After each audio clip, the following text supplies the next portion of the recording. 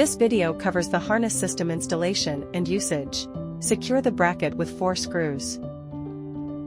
Wear the harness system properly. Fasten the side buckles. Adjust shoulder and waist straps for a snug yet comfortable fit. Power on the device and complete initialization.